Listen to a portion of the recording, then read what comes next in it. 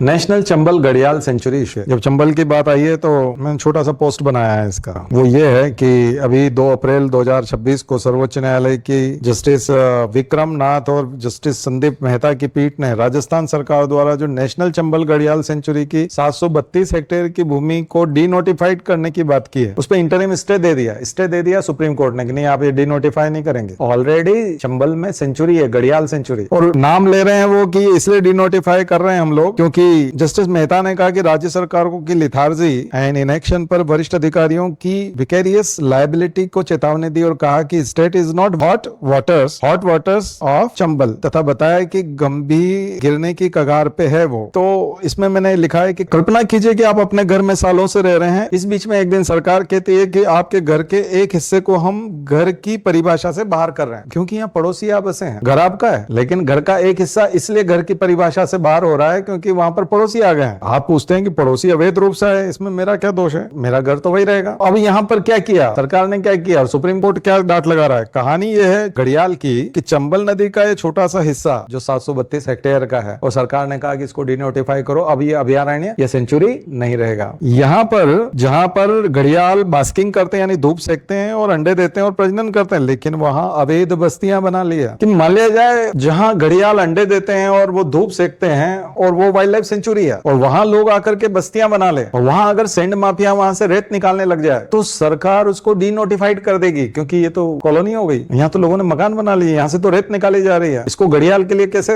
सुरक्षित रखा जा सकता है? इसको डीनोटिफाई करो। नोटिफिकेशन कब हुआ होगा? वाइल्ड लाइफ एक्ट 1972 के हिसाब से वाइल्ड लाइफ सेंचुरी बनी, अब आप उसको डीनोटिफाइड कर रहे हैं। तो सुप्रीम कोर्ट ने डांट लगाई उसमें कि अवैध रूप से यदि कोई मकान बना ले तो उसको डीनोटिफाइड कैसे कर सकते हैं? वो तो घड़ियाल का ही रहेगा, रेत माफिया का थोड़ी हो सकता है। तो इसका मतलब सरकार रेत माफिया का साथ दे रही है। अवैध रूप से जिन्होंने कॉलोनी बना दी है उन अवैध कॉलोनाइजर को प्रमोट कर रही है। आप ऐसे थोड़ी कर सकते। अभी जैसे कोई मान लिया जाए इधर राता पानी में चला जाए बनाते बनाते कॉलोनी, और फिर कह दो कि नहीं अब तो टाइगर वाइगर कैसे आएंगे, यहाँ तो लोग रहने लगे इसलिए उसको हटाई दो, डीनोटिफाई करो। आप देखोगे मकान आगे तक बने गए, NLIU आगे बना हुआ है, लोगों के रिजॉर्ट बन गए, फार्म हाउस बने हुए हैं, लेकिन इस तरफ बोर्ड लगा हुआ है टाइगर का विचरण क्षेत्र है, जबकि फार्म हाउस कहाँ बन गए? आगे तक, क्योंकि उसका एरिया तो उसका ही रहेगा ना।